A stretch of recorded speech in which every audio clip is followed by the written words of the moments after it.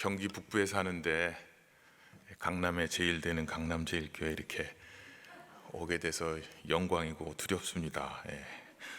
이 다리를 건너오려면 늘 떨리는 마음입니다. 몇 년 전에 강북에서 강남으로 루터교회에 설교를 하게 돼서 오게 됐는데, 또 루터교회는 예식이 중요하기 때문에 목사복을 잘 입고 내비게이션을 켜고 오다가 성수대교를 건너가야 되는데 강변북로 쪽으로 들어서 가지고요, 중간에 섰다가 이렇게 교통 위반을 하고 이렇게 성수대교 앞으로 딱 갔는데 경찰이 딱 있더라고요. 그래서 제가 목사복을 이렇게 가렸는데 너무 창피해서 저를 보더니 목사세요? 그래서 제가 가만히 있었더니 에이 그냥 가세요 그러더라고요. 그래서 너무 부끄러운 기억이 이 강남으로 넘어오려고 그러면 나옵니다. 늘 회개하는 마음으로 오고 있습니다. 어떻게 제가 조정이 가능할까요? 아니면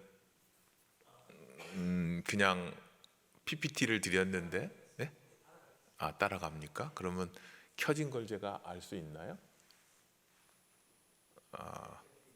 네. 제가 졸음의 영이 임하실 것 같아서 종종 주무시지 못하도록 그림을 이렇게 했는데, 제가 교회 마크는 빼줬고, 다음 거를 넘어가면 제가 얼마나 노력을 많이 했는지를 알 수 있죠. 홈페이지 가서 몰래 캡처해가지고 가정과 같은 교회, 교회 같은 가정, 홈카밍 데이까지 제가 다 이렇게. 딴 데 가면 좀 놀래는데 안 놀래시네. 이거 사실은 조금 더 실력이 있으면 편집도 할 텐데 이게 캡처만 해왔습니다. 주일날 저녁에 또는 오후에 이렇게 모임에 오시는 분들은 이런 세미나를 들을 필요도 없고, 신앙생활 잘 하시는 분이고, 꼭 들어야 될 분들은 저 밖에 있잖아요, 그죠? 그렇지만 오늘 말씀을 통해서 함께 우리 가정을 교회처럼, 또 교회가 가정처럼 세워지려면 어떻게 해야 될까, 그런 내용들을 함께 나누려고 합니다. 세상은 좋아졌다고 하는데 슬퍼하는 사람들은 점점 늘어나고 있고요, 외로움을 느끼는 사람들도 점점 늘어나고 있습니다. 2018년 1월에는 따라와 주셔야 되는데, 1월에는 화면이 이렇게 따라와 줘야 된다는 얘기입니다. 너무 잘 따라와 주셔서 감사합니다. 영국에서는 외로움 전담 장관을 임명했습니다. 영국에는 약 900만 명이 늘 고독을 느낀다고 그러고요, 우리 교회 다니시는 분들은 담배 안 펴서 건강하다, 흡연 안 해서 건강하다 그러시는데, 외로움을 느끼는 사람들은 매일 담배 15개 피를 피는 만큼 해롭다고 이야기를 합니다. 일본에서는 코로나 와중에 점점 극단적 선택을 하는 사람들이 늘어나서 고독부 장관을 임명하고, 고독부 장관 고독부를 저렇게 세우는 장면입니다. 팬데믹이 고독 문제를 심각하게 했고, 가족과 친구, 이웃 등과 유대가 고독을 극복하는 첫걸음이다. 우리나라도 마찬가지로 일본과 우리나라의 청년들, 청소년들의 극단적 선택이 코로나 이후에, 코로나 와중에 늘어나기 시작했고요, 그동안 줄어들고 있었는데 그것에 대한 심각성이 점점 대두되고 있습니다. 제가 살고 있는 의정부 동네에는 이런 광고가 판이 붙었습니다. 4대 중독 혼자서는 감사합니다. 다음 페이지 짠. 제가 몰래 도찰한 건데 이것도 저희 역에 붙어 있는 겁니다. 혼자서는 할 수 없지만 함께라면 가능하다. 알코올, 도박, 마약, 인터넷, 극단적 선택, 이 모든 것들이 함께 할 수 없는 외로움 가운데 사는 사람들이 점점 늘어나고 있다고 이야기를 합니다. 한국 사회의 이 외로움의 문제는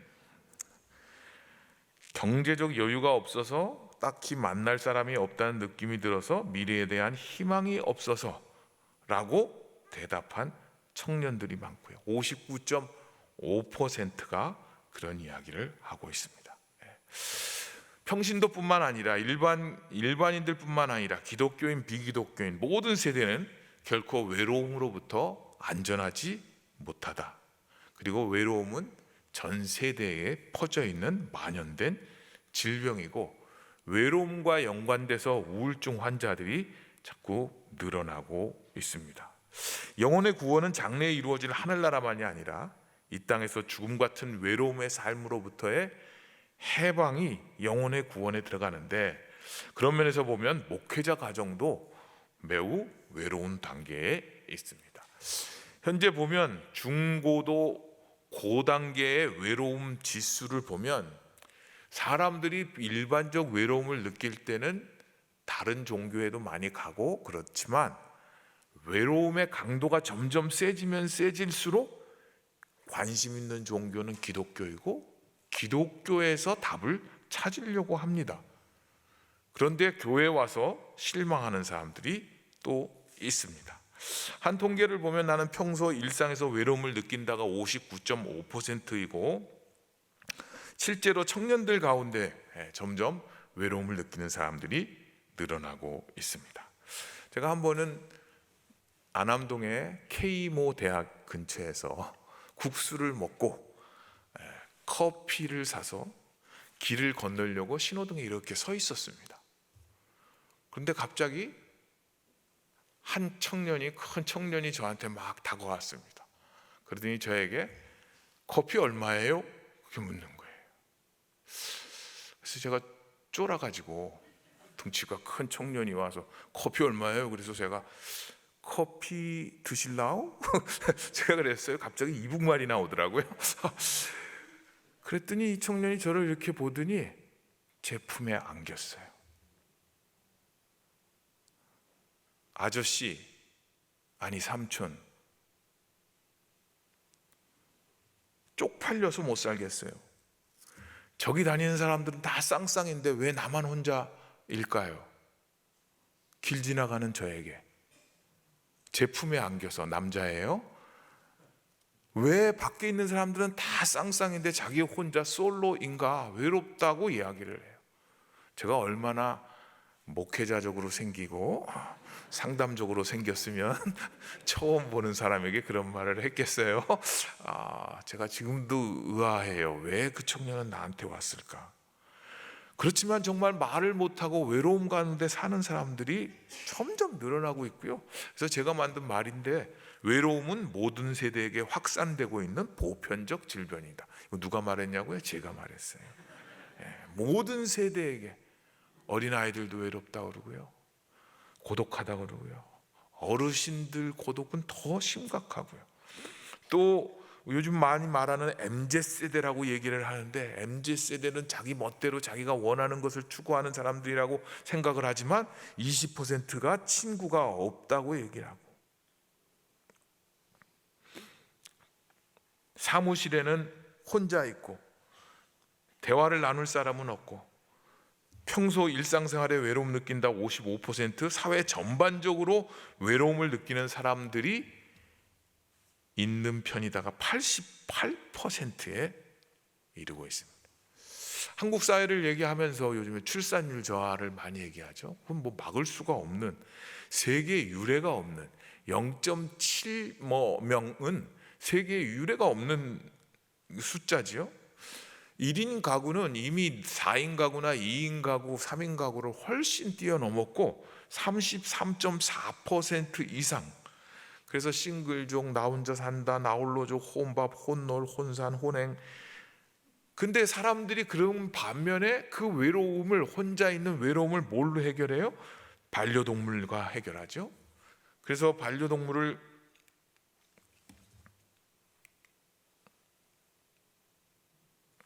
뒤로 가고 있어요. 반려동물을 가족이라고 말하죠. 펫, 팸, 패밀리족. 그런데 거기에 왜 반려동물이 애완동물이 아니고 반려동물이 됐는가? 가족이다. 가족이라는 인식이 75.3%가 바람직하다라고 이야기를 하는데, 왜 그런가? 함께 살고 있기 때문에가 45.2%. 혼자 산다고 1인 가구로 나가 살지만 누군가 함께 살아야 되는데 사람이 없으니까 함께 살고 있는 동물이 가족이 되는 거죠. 그리고 반려동물로 인해서 정서적 안정을 취할 수 있다. 37.4%. 사람에게서 느끼는 외로움을 달랠 수 있기 때문에 반려동물은 가족이다, 그렇게 얘기를 합니다. 반려동물 산업 규모가 3조 7,694억 원에 이르렀다. 2021년생입니다. 사업을 구상하시는 분들은 사람을 대상으로 하지 말고 짐승을 대상으로.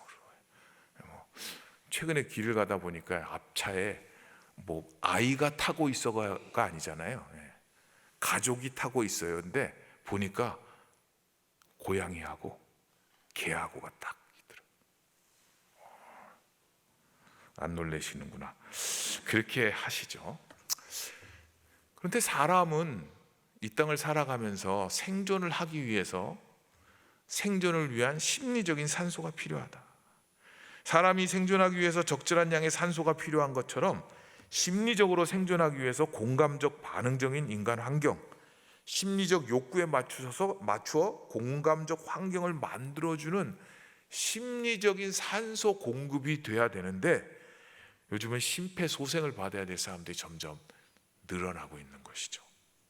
사람은 사람들에게 내 자신이 어떤 사람으로 비춰지고 어떤 관계를 맺는가, 따뜻한 사람으로 나타나면 좋겠다는 그런 인정 욕구가 있고, 다른 사람들이 나를 잘 인정해주고 잘한 일에 대해서 사람들이 칭찬해주고 그렇게 해주기를 바라고, 남들에게 알면 알수록 괜찮은 사람으로 보이고 싶은 기본적인 욕망이 있고 욕구가 있는데도 불구하고 주위에 그렇게 해줄 사람이 없다는 거예요.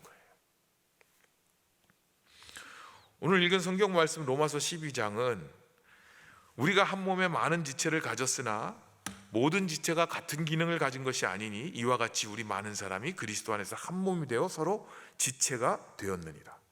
즐거워하는 자들과 함께 즐거워하고, 질자함질, 사자성어로 제가 만든 거예요. 즐거워하는 자들과 함께 즐거워하고, 우자함을 우는 자들과 함께 울라. 몸에는 지체가 여러 가지 있는데 그 지체마다 각각 고유한 기능이 있고, 이 각각 다른 많은 사람들이 그리스도 안에서 한 몸을 이루어서 서로 지체가 되었다. 그렇기 때문에 그 증거는 뭐냐 하면 즐거워하는 자들과 함께 즐거워하고 우는 자들과 함께 운다 말씀합니다. 고린도전서 12장 25절에서 27절 말씀을 보면, 몸 가운데서 분쟁이 없고 오직 여러 지체가 서로 같이 돌보게 하셨느니라. 만일 한 지체가 고통을 받으면 모든 지체가 함께 고통을 받고, 한 지체가 영광을 얻으면 모든 지체가 함께 즐거워하느니라. 몸 가운데 분쟁이 없이 여러 지체가 서로 돌아보게 했는데, 한 지체가 고통을 받으면 모든 지체가 함께 고통을 받고, 한 지체가 영광을 얻으면 모든 지체가 함께 즐거워한다. 교회가 그리스도의 몸이고, 가정이 그리스도에게 연합된 가족으로서 교회이고 몸이라고 한다면, 27절 너희는 그리스도의 몸이여 지체의 각 부분이다. 그리스도 안에 있을 때에 우리는 함께하는 공동체, 슬퍼할 때 슬퍼하고 울 때 함께 울고, 아파하는 자와 같이 아파하고 기뻐하는 자와 즐거워하며 영광을 얻을 때 함께 기쁨을 나누는 존재가 된다는 것입니다. 교회는 그러면 어떤 곳이냐? 그리스도 안에 있어야 합니다.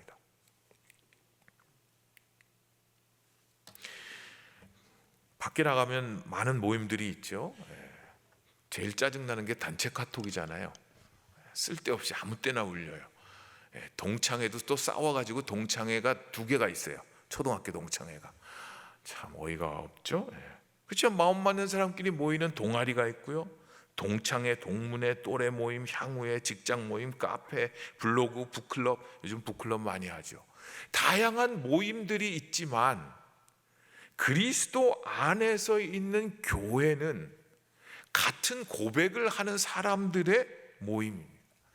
세상에서 부르심을 받은 사람들 또는 그 사람들의 모임이라 이 교회라는 단어의 뜻이고, 그 교회라는 단어는 예수님께서 내 교회를 이 반석 위에 세울 것이다. 이 반석은 베드로가 고백한 신앙 고백, 주는 그리스도시요 살아계신 하나님의 아들입니다 라는 신앙 고백 위에 주님의 교회가 세워진다. 그리고 교회의 몸이시면서 교회의 머리이신 예수님에게까지 우리는 범사에 자라가도록 해야 한다. 그렇게 말씀하고 있습니다. 교회는 같은 신앙 고백을 하는 모임인데 예수 그리스도를 어떻게 고백하느냐가 교회냐 아니냐를 결정합니다. 요즘 이단들이 굉장히 많죠.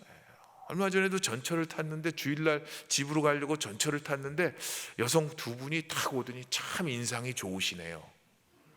벌써 제가 알아챘죠. 왜요? 저는 뭘 늘 그런 말을 들으니까 하나도 감동이 안 되거든요. 그러더니 교회 다니시나 보죠. 그래서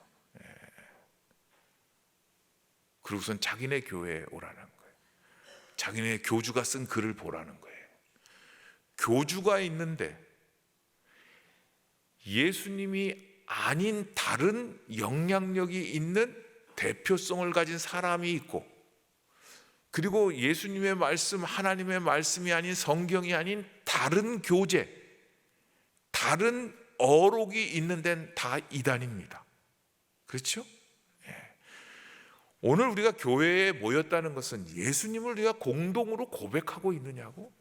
그런데 이 예수님을 공동으로 주로 고백하기 전에 먼저 만나는 사람은 누구냐 하면 여러분과 저입니다.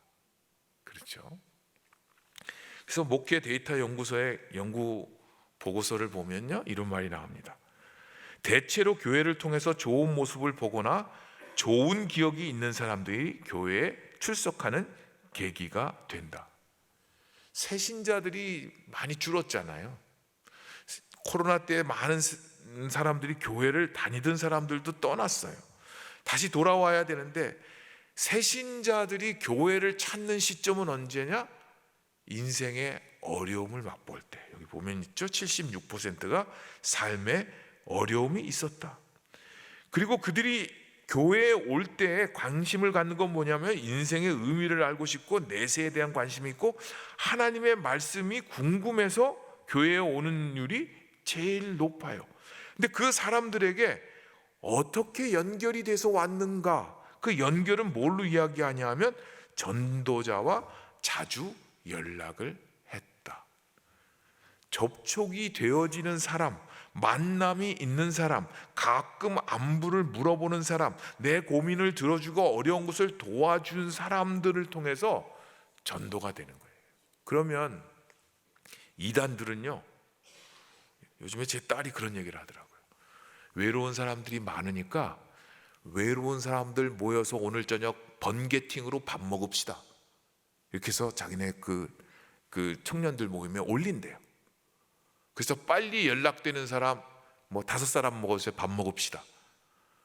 그런데 그 중에 4명은 5명 모이면 4명은 같은 편이래요. 이단. 그리고 1명만 걸려라.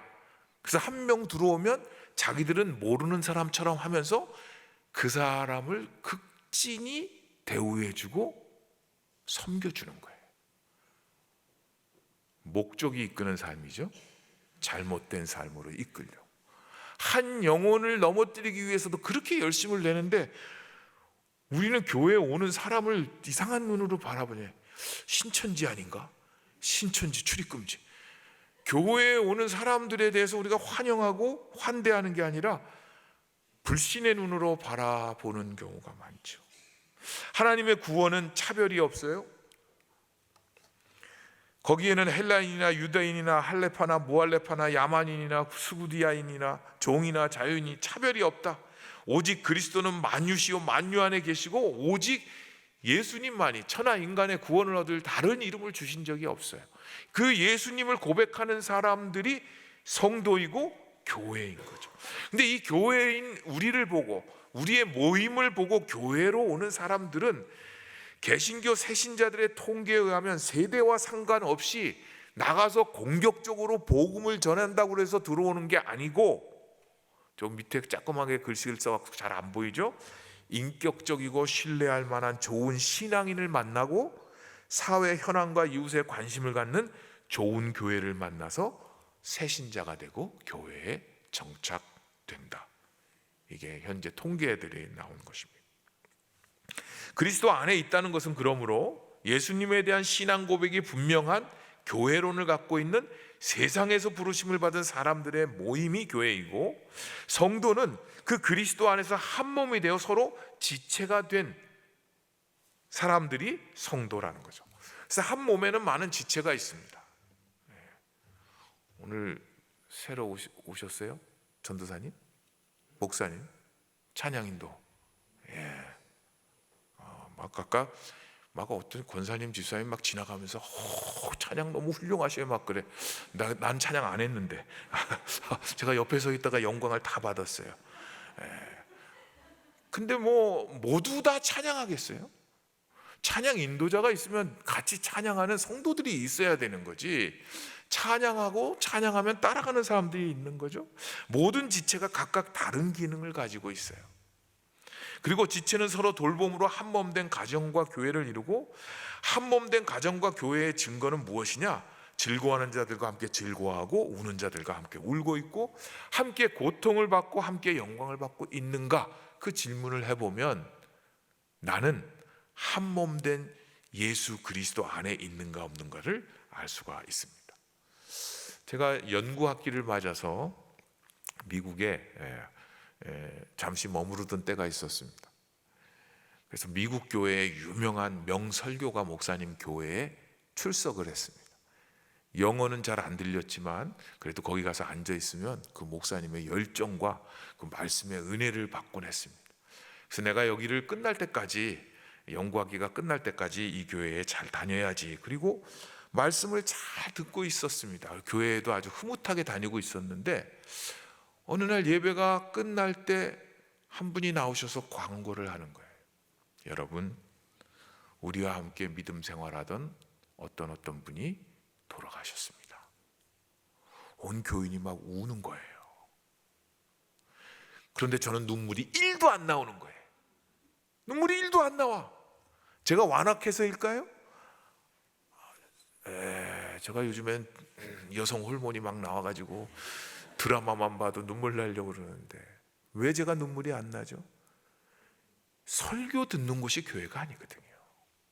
좋은 설교 들어서 내가 그 교회의 멤버가 된 게 아니고, 그 교회에 누구 아픈 사람, 그 교회에 같이 신앙생활하다가 세상을 떠난 분의 이야기를 들을 때 눈물이 맺혀지고 아파하고 슬퍼하고, 누군가가 영광스럽게 됐을 때 함께 즐거워하지 않으면 그 교회에 가서 설교를 듣는 사람일 수는 있지만 교회에 지체된 성도는 아닌 것이죠.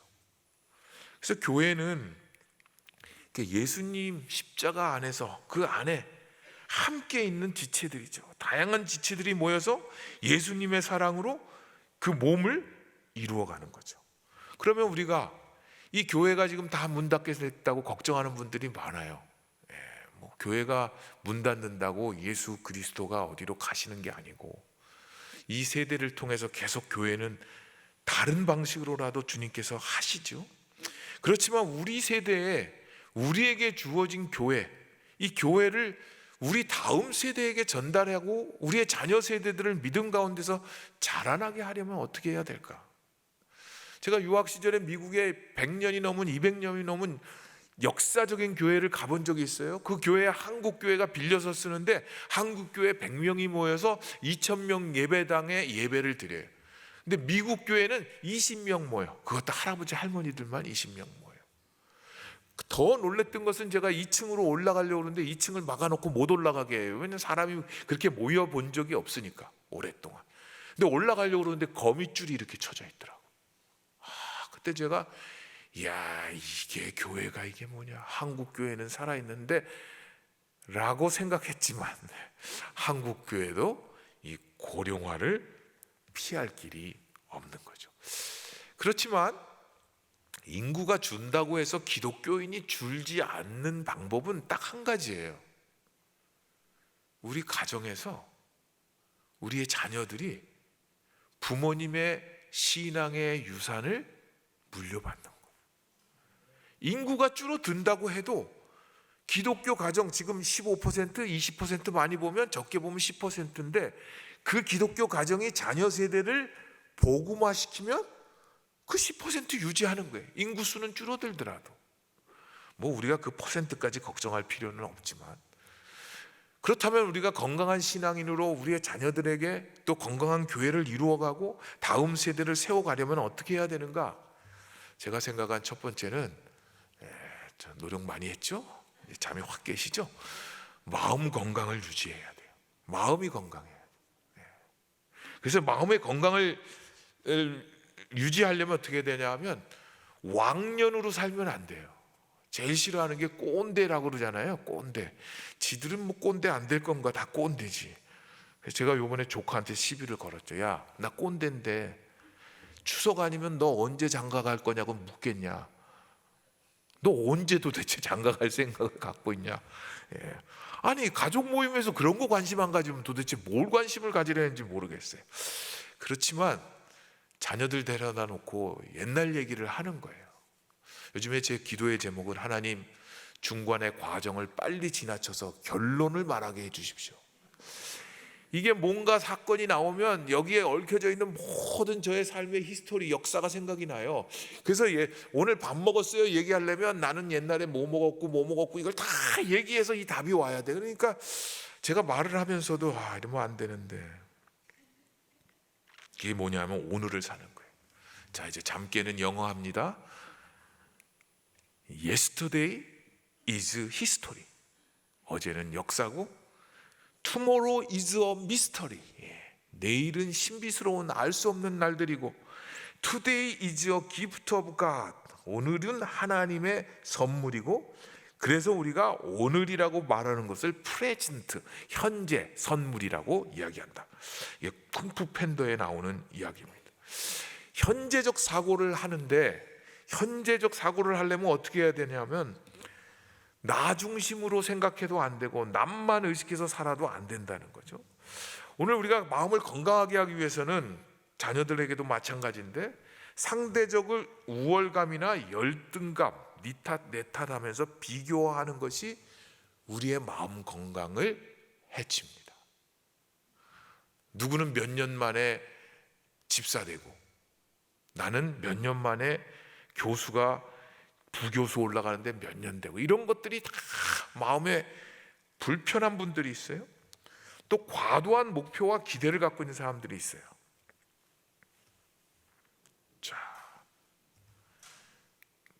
자 보세요. 제가 좋아하는 그림입니다. 승질냈다가 어떡하지 하는 게 오늘날 우리의 삶의 모습이죠. 승질냈다가 미안해, 내가 왜 또 이럴까. 근데 오늘날 사회를 보면 두 가지가 반복되는 사회입니다. 하나는 묻지마 분노라고 그러잖아요. 왜 저 사람은 웃는가, 나는 웃지 못하는데. 모든 것을 남 탓을 하면서 분노하는 이 손가락은 밖을 향한 거고요. 또 하나는 모든 것을 다 내 탓으로 생각해요. 집안에 우환이 생긴 건 내 탓이고, 아들 공부 못하는 건 내 탓이고, 다 남편 승진 못하는 건 내 탓이고, 그래서 모든 문제를 다 자기가 짊어지고 자기 탓을 해.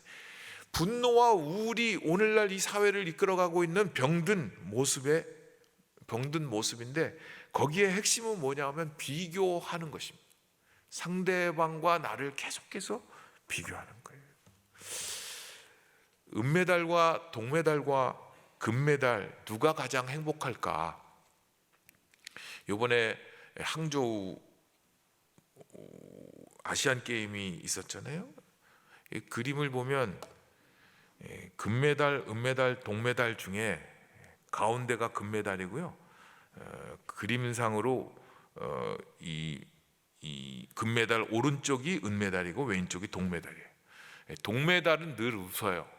은메달은 인상을 쓰고 있어요. 요번에 이것도 옛날 거지만 은메달은 인상 쓰고 있죠. 아사다마오 인상 쓰고 있죠. 우리 박상영 2016년 리우 올림픽에서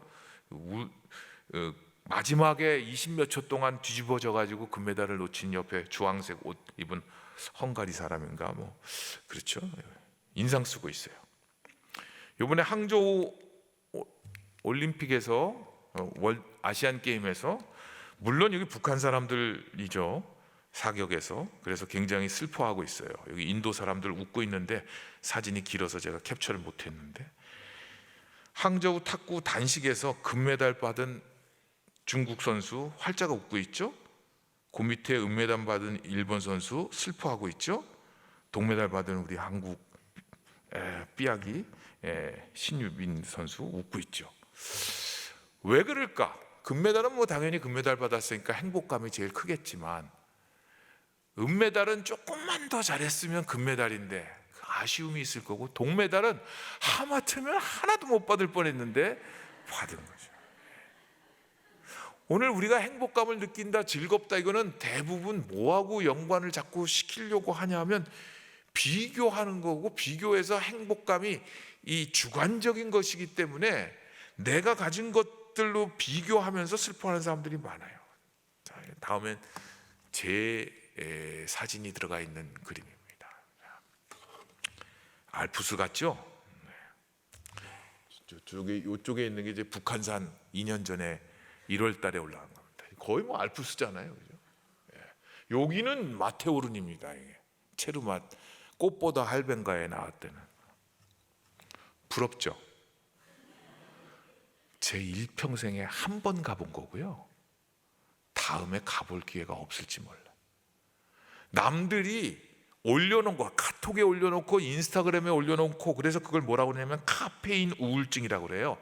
카카오톡, 페이스북, 인스타그램에 남들이 올려놓은 사진을 보고 부러워하면서 슬퍼하는 거죠. 저희 장신대 위에 W 호텔이 있어요. 비싼 호텔. 거기에는 7성급도 있대요. 제 돈 내고 가서 먹어본 적은 거의 없어요. 누가 대접한다 그러면 따라가서 먹은 적이 있어요. 근데 모 기관에서 1년에 한 번 교수들 전체를 이렇게, 요즘에 이제 경제가 어려워서 안 해요. 옛날에 좀 덜 어려울 때는 교수들 전체를 식사를 대접해요. 그럼 교수들이 거기 가서 식사 대접을 받으면서 이렇게 나와서 보는데 젊은 사람 지나가면 화가 나. 쟤네들은 어떻게 여기로 왔을까? 우리는 얻어먹으러 왔는데 쟤네는, 그럼 제가 얘기해요. 야, 걔네 평생에 한 번 온 거야. 그리고 다음에 못 올지도 몰라. 인생에 남들과 비교하면 남들이 갖고 있는 것, 남들이 누리고 있는 것, 그 인생에 한두 번씩 있는 것, 그 중에 제일 잘난 것. 우리가 인생에서 제일 맛있는 거 먹는 거 연락에 찍어서 잘 찍어서 올리잖아요. 이렇게 계속. 그 누가 늘 먹나요? 늘 먹는 거는 떡볶이, 그 다음에 오뎅, 뭐 어제도 먹었고 오늘도 점심에 교회에서 먹었는데, 남들과 비교하면 상대적 박탈감을 느끼고, 상대적 박탈감을 느끼면 행복감이 떨어지고, 그러면 마음이 건강하지 못해요.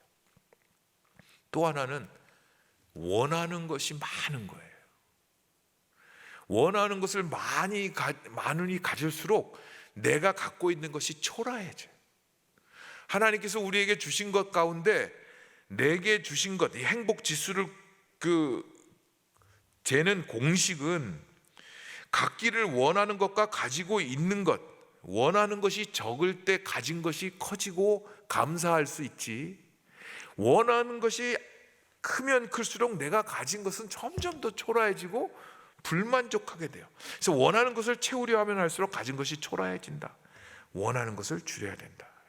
요즘 아들, 딸들 장가 시집 안 가니까요, 얼마나 부모님들이 속이 타시겠어요?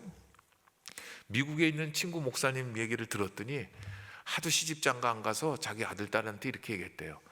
부모가 원하는 건 딱 두 가지다. 아무것도 원해. 뭐 인종, 피부 색깔 뭐 이런 거 다 안 따지고 딱 두 가지인데, 하나는 교회 다녔으면 좋겠다, 그리고 이성이면 좋겠다. 두 가지만 얘기했대요. 자식들이 살아준 거 감사하고 건강한 게 감사한 거죠.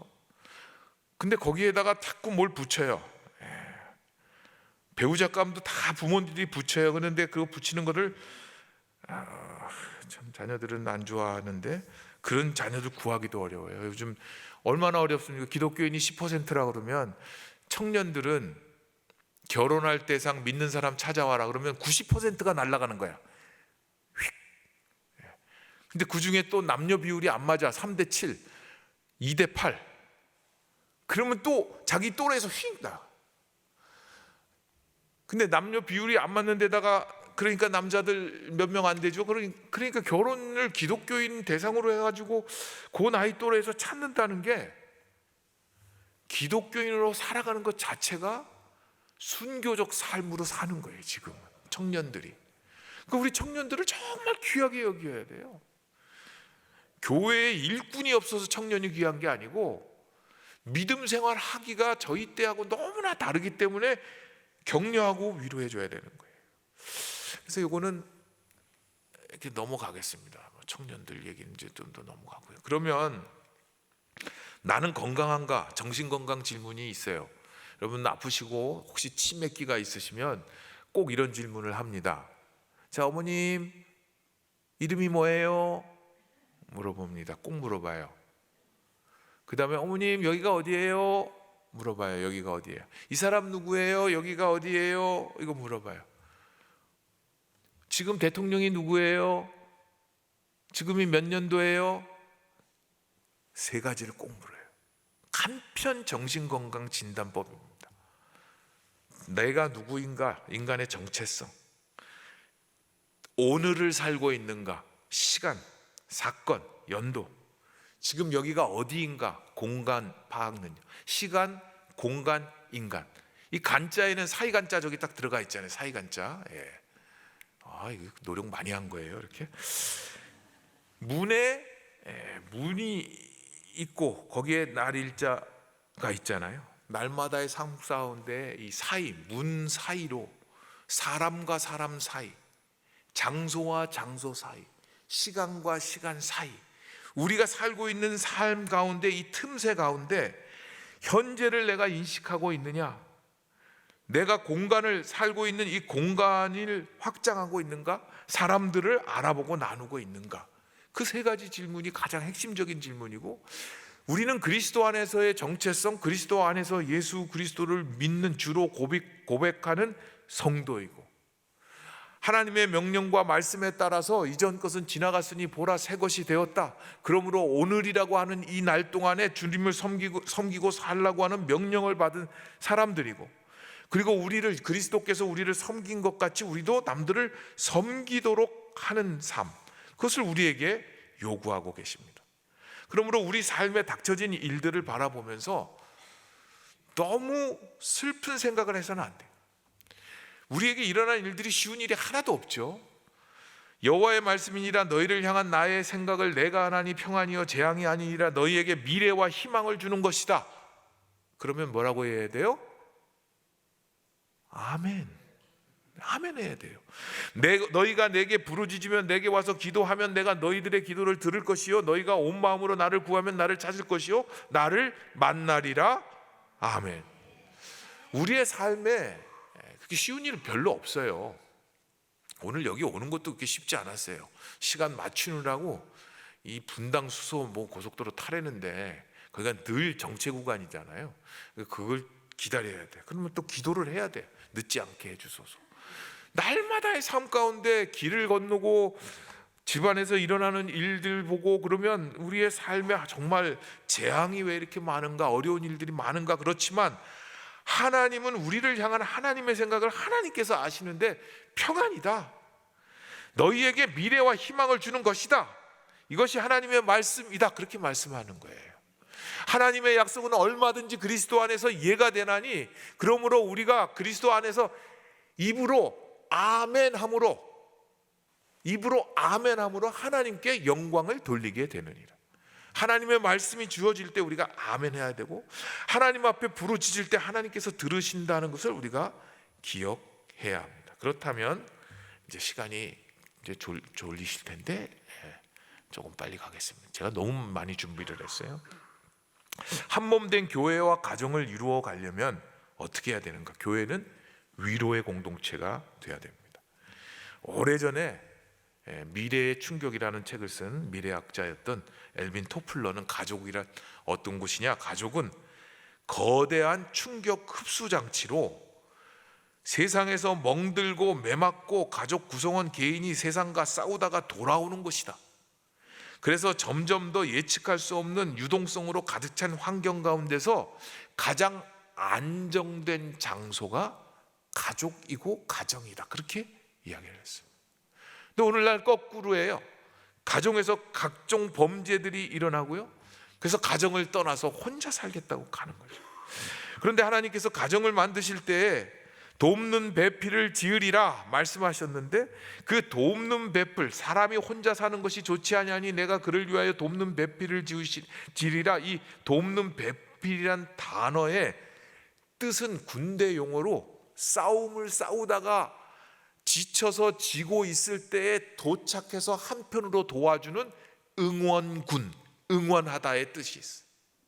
가족은 뭐냐 하면, 교회는 뭐냐 하면 응원해 주는 그룹이 돼야 된다. 응원은 뭘로 하냐 하면 온 몸과 얼굴과 마음과 말로 지지하는 거예요. 애가 일어서서 걸어갈 때 앞에서 한 발자국 내올 때 야 여기야 한 걸음, 이렇게 소리, 이거 더 세게 질러야 되는데 제가 굉장히 절제하는 거예요. 그 다음에 여기 이거 뭐라 그래요? 이거 스톤 가지고 하는 거, 이걸 뭐라 그러나? 이게 컬링. 컬링 할 때 여자 이름 불러요. 영미. 이렇게. 영미가 누군지 전 몰라요. 혹시 자기 이름 불렀다고 너무 그러지 마세요. 우리나라가 다 졌을 때 연합군이 와서 각종 전투를 해가. 이거 막 넘어갔네. 어머. 이거 뒤로는 어떻게 가나?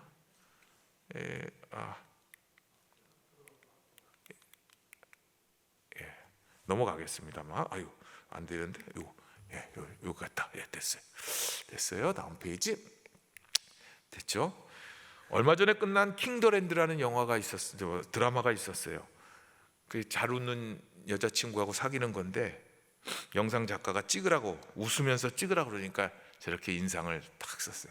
그러니까 영상 작가가 그건 경멸의 표정이고요, 웃으세요, 그렇게 얘기했어요.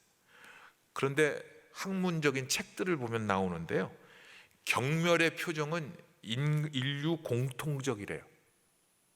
왼쪽 입술을 올리면 이렇게 하면 다 경멸인데 세계 공통적인 표현이래요.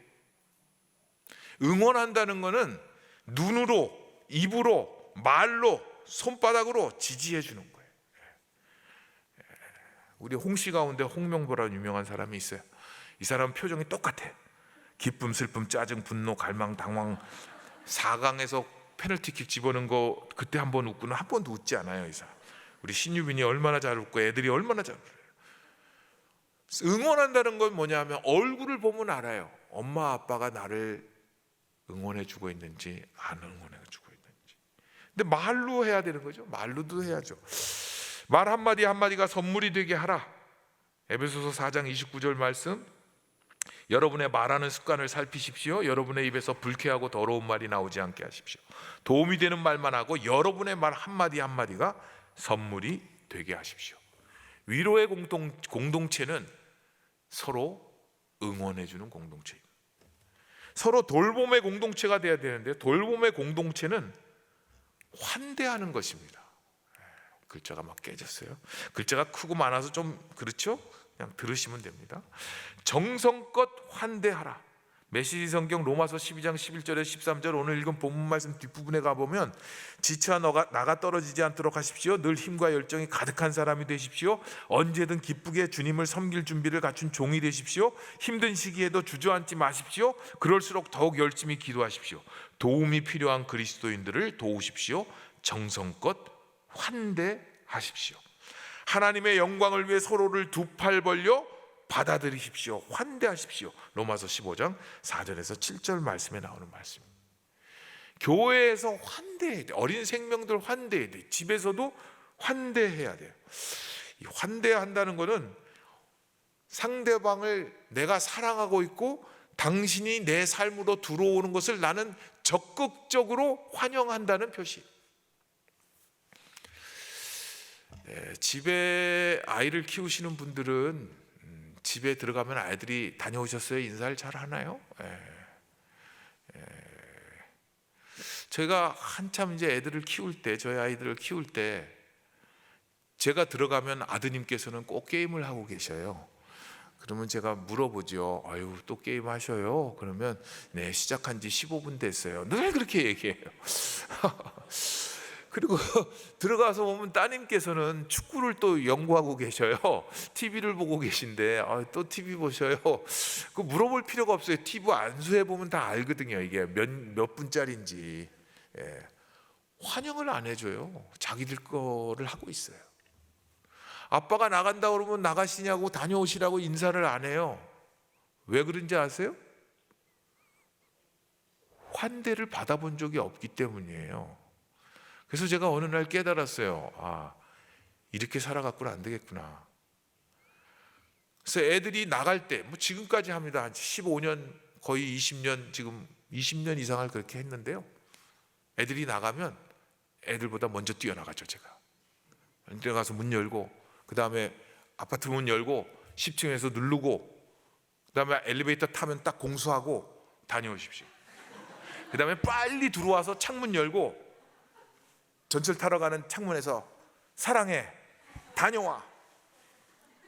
아들이 갈 때, 딸이 갈 때, 아내가 떠날 때 제가 집에 있으면 먼저 합니다. 제가 집에서 제가 좋아하는 축구를 보고 있다가도 딸랑 문소리가 나면 바로 뛰어나와서 과도하게 뛰어나와서 딱 공수하고 다녀오셨습니까? 제가 들어오면 어떻게 되겠어요? 온 가족이 도열해서 다녀오셨습니까? 잘 다녀왔어요, 아빠. 이거를요 20년 이상 했어요. 제 인생에 제일 잘한 거라고 생각해요. 왜? 안녕히 다녀오셔요 하고 다시 못 만날 수 있어요. 우리의 삶에 무슨 일이 일어날지 몰라요. 저희가 살던 집에서 이사를 갔어요. 근데 저희가 살던 집에 우편물이 왔다고 앞집에 살던 분이 찾아가라고 전화를 했어요. 그래서 찾으러 갔어요. 그랬더니 그분이 저한테 그렇게 얘기해요. 홍 교수 집은 이상합디다. 그래서 왜요? 그랬더니 아니, 왜 그 집은 한 사람 갈 때면 다 나와가지고 인사를 하니? 옆집에서 불꽃 같은 눈으로 바라보고 있는 거예요. 얘네들은 뭔 짓을 하고 있나. 이렇게 적극적으로 환영해주고 환대해주면 내가 이 집에서 가장 필요한 사람이고 사랑받는 사람이구나, 이걸 경험해야죠. 그런데 그거를 안 해주죠. 딴 사람한테는 잘해도 안 해요. 정현종 교수의 글 가운데 방문객이라는 글이 있습니다. 사람이 온다는 건 실은 어마어마한 일이다. 그는 그의 과거와 현재와 그리고 그의 미래와 함께 오기 때문이다. 한 사람의 일생이 오기 때문이다. 부서지기 쉬운, 그래서 부서지기도 했을 마음이 오는 것이다. 그 갈피를 아마 바람은 더듬어 볼 수 있을 마음. 내 마음이 그런 바람을 흉내낸다면 그것은 필경 환대가 될 것이다. 100세가 되신 장인 장모님, 장인어른 돌아가실 때까지 90세가 됐을 때 제 아내가 아버님 사랑합니다라고 껴안아드렸어요. 처음에는 얼마나 어색하셨는지 몰라요. 그런데 한 5년쯤 하니까 갈 때 이 95세 된 할아버님께서 이렇게, 할아버님이 아니지 아버님이지 아버님께서 이렇게 두 팔 벌려서 안아주시고, 지금 96세 나는 우리 어머님과 나 하이파이브를 하면 I love you. 영어를 해야 이거 머리에 좋아. I love you. 어머니 딱 손을 드셔요. 지금도 막 전화가 오시네 어머니한테. 빨리 안 온다고. 유명한 가족 치료자인 버지니아 세티라는 사람이 있는데 이분은 이런 얘기를 했어요. 생존을 위해서 하루에 4번, 안정감을 위해 8번, 강하게 성장하기 위해 12번의 포옹이 필요하다. 세 번째는 응원하고 환대하고 또 하나는 서로 감사하는 것입니다. 감사의 공동체, 서로 감사하라. 감사란 삶에서 일어나는 모든 일에서 좋은 것, 밝은 부분을 찾아내는 인식 능력이고 그것을 말로, 몸으로, 삶으로 표현하는 실천 의지다. 받은 것을 받았다고 상대방에게 말하고 일상의 삶에서 그것을 표현하는 것이다. 생명을 부모님한테 받았으면 그것에 감사해야죠.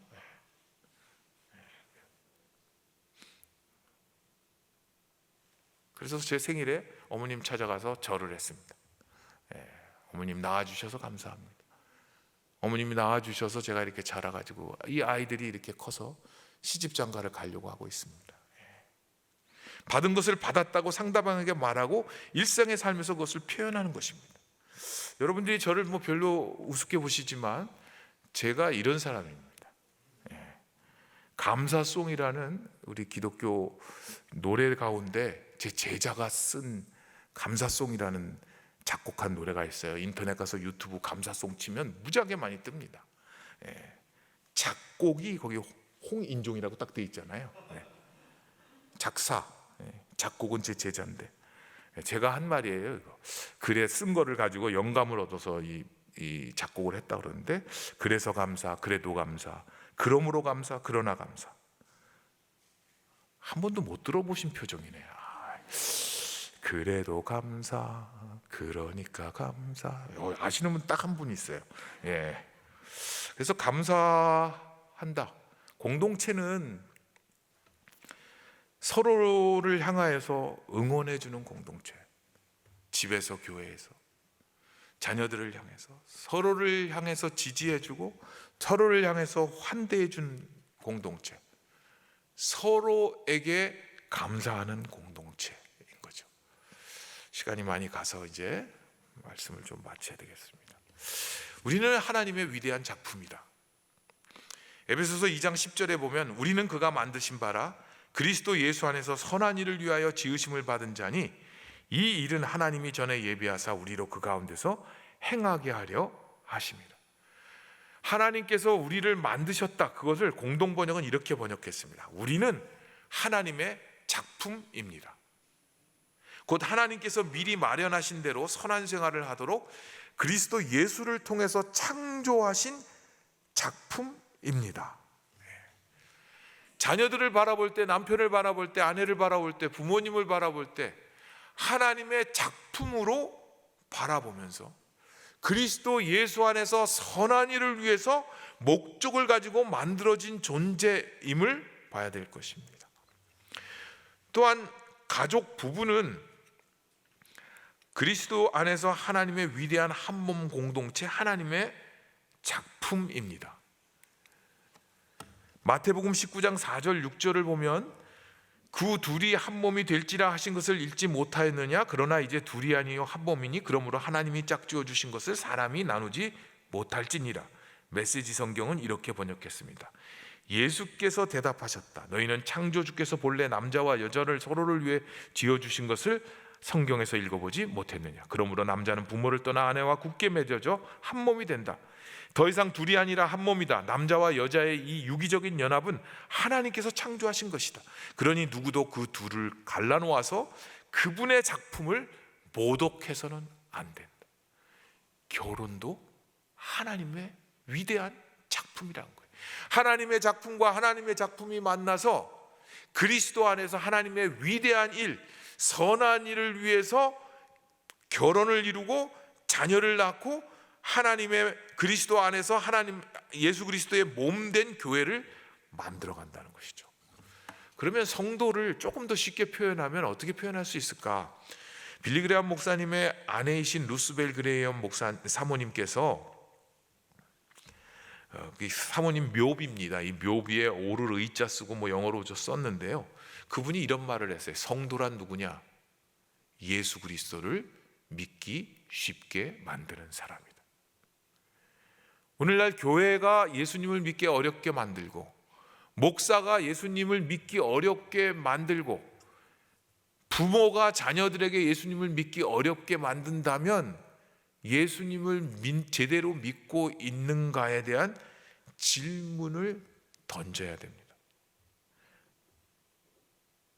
제가 한 번은 저희 집 앞에 있는 미장원에 갔는데요, 제 아내가 그곳에 가라 명령하시기 때문에 제가 그 미장원회를 갔어요. 그래서 한 1년여를 다녔는데, 어느 토요일 날 제가 이렇게 들어갔더니 제 머리를 깎으시는 분이 오늘 오실 때가 됐는데 안 오신다, 오실 때가 됐는데 안 오신다 그러는 거예요.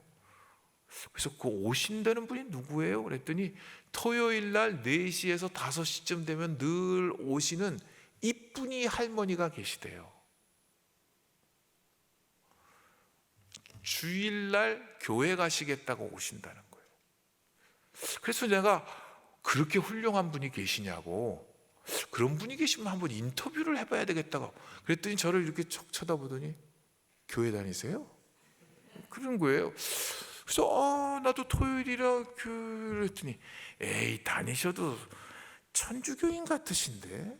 그래서 천주교인하고 개신교인하고 뭐가 다르냐고 그랬더니 마지막에 이렇게 얘기했어요. 에이 교회 다니셔도 날라리 신자 같으셔요.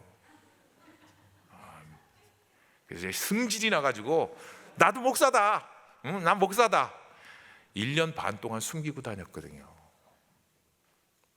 그분은, 그 할머니는 정말 사랑받는 고객이에요.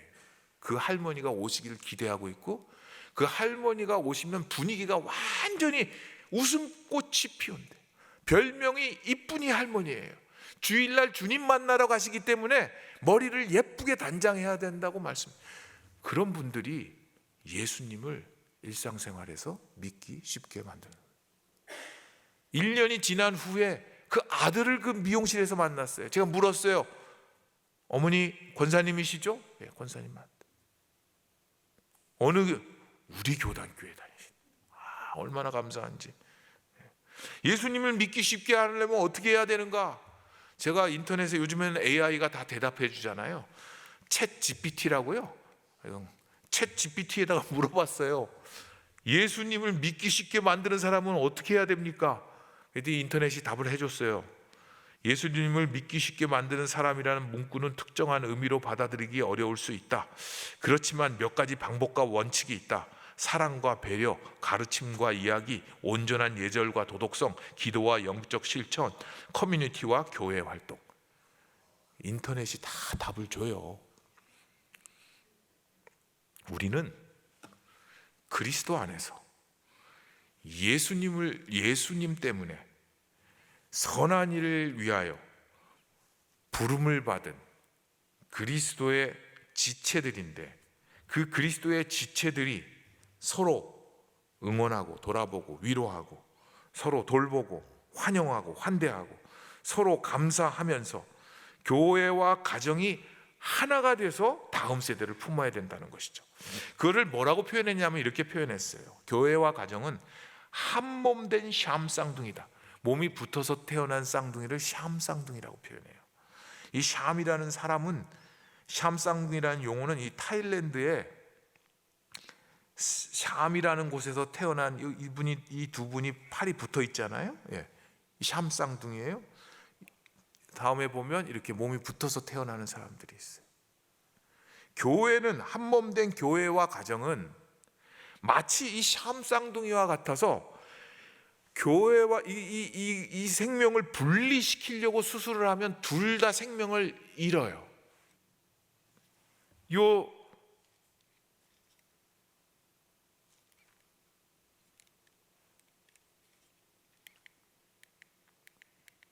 요 부분은, 요 형제는 60세까지 살았어요. 몸이 붙어 있는데 연년생 자매와 결혼해서 10명과 11명의 자녀를 두었어요. 두 집에서 각각 3일씩 살았어요. 그리고 62세에 3시간 차이로 사망했습니다. 했어요. 교회와 가정을 분리하면 다 죽게 돼 있어요. 교회와 가정은 몸이 붙어서 태어난 샴쌍둥이와 같다. 그래서 서로 밀접하게 연결되어져 있기 때문에 만일 그들을 분리시키면 대동목이 잘라져서 둘 다 죽게 된다. 자, 이제 마쳐야 되는 시간이 됐죠, 거의. 이게 엊그저께 설악산 올라가려고 새벽에 한계령에서 5시에 올라갔다가 사진 찍은 겁니다.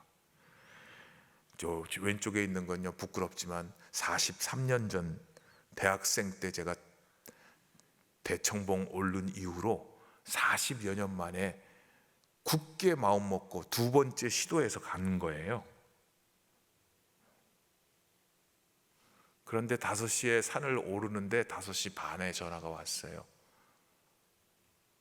병원에 계신 이모님 운명하실 것 같다.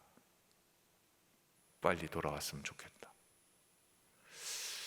43년 만에 제가 이 산을 가려고 전날 그 앞에 가서 오색마을 가서 모텔에서 잠을 자고 새벽 4시 40분에 일어나서 몸과 마음을 다 준비해서 갔지만 인생은 그렇게 녹록지가 않아요. 두 번째도 실패하고 돌아왔어요. 다행히 위기를 넘기시고 지금 중환자실에 계신데, 우리 인생에 계속 어려운 일들이 늘 있어요. 늘 있는데 어떻게 살아가야 될까? 그래서 몇 년 전에 다리가 좀 멀쩡할 때 제가 백운대에 올라가서 이렇게 찍은 사진입니다. 그날 북한산 올라갔다가 내려오는데 한 어머니가 4살쯤 된 아이를 데리고 내려가고 있었어요. 어디까지 올라갔다 내려간지는 모르겠어요. 근데 그 아이에게 노래를 시키는 거예요. 얘 노래 불러봐라, 찬양해봐라. 그러니까 얘가 하나님의 꿈이 나의 비전이 되고 예수님의 성품이, 아주 찬양을 하는데 제가 너무 감동을 받았고 뒤에 따라가면서 아멘, 아멘, 아멘 했어요. 끊임없이 아이가 그거를 반복하면서 그 찬양을 부르면서 내려갔어요. 이 세상을 살아가는 동안에 나의 힘을 의지할 수 없으니 기도하고 낙심하지 말 것은 주께서 참 소망이 되십니다. 주의 길을 걸어가는 동안에 세상의 것 의지할 수 없으니 감사하고 낙심하지 말 것은 주께서 참 기쁨이 되십니다. 우리 조웅호 집사님이 우리 고등부 중고등부 때 내가 지휘했지. 우리 같은 교회 다녔습니다. 여기 와서 몇십 년 만에 지금 봐서 너무 놀랐어요. 그렇지만 제가 찬양을 하면서 끝내야 될 것 같아요. 이 세상을 살아가는 동안에 나의 힘을 의지할 수 없으니 기도하고 낙심하지 말 것을 주께서 참 소망이 되심이라. 주의 길을 걸어가는 동안에 세상의 것 의지할 수 없으니 감사하고 낙심하지 말 것을 주께서 참 기쁨이 되심이라. 이 세상을 살아가는 동안에 우리의 힘으로 우리의 가정과 교회를 세워갈 수 없습니다. 주님의 길을 걸어간다고 하지만 우리가 우리의 힘, 세상의 것으로 할 수가 없습니다. 그렇기 때문에 기도하고 낙심하지 않고 감사하고 낙심하지 않으면서 참 소망이고 참 기쁨이 되신 주님을 바라보며 한몸된 교회, 한몸된 가정의 지체로서 우리 자녀 세대와 다음 세대에게 예수님을 믿기 쉽게 만드는 우리 강남제일교회 모든 성도님들 되시기를 바랍니다. 하나님의 꿈이, 후렴을 해야지. 하나님의 꿈이 나의 비전이 되고 예수님의 성품이 나의 인격이 되고 성령님의 권능이 나의 능력이 되길 원하고 바라고 기도합니다. 하나님의 꿈이 나의 비전이 되고 예수님의 성품이 나의 인격이 되고 성령님의 권능이 나의 능력이 되길 원하고 바라고 기도합니다.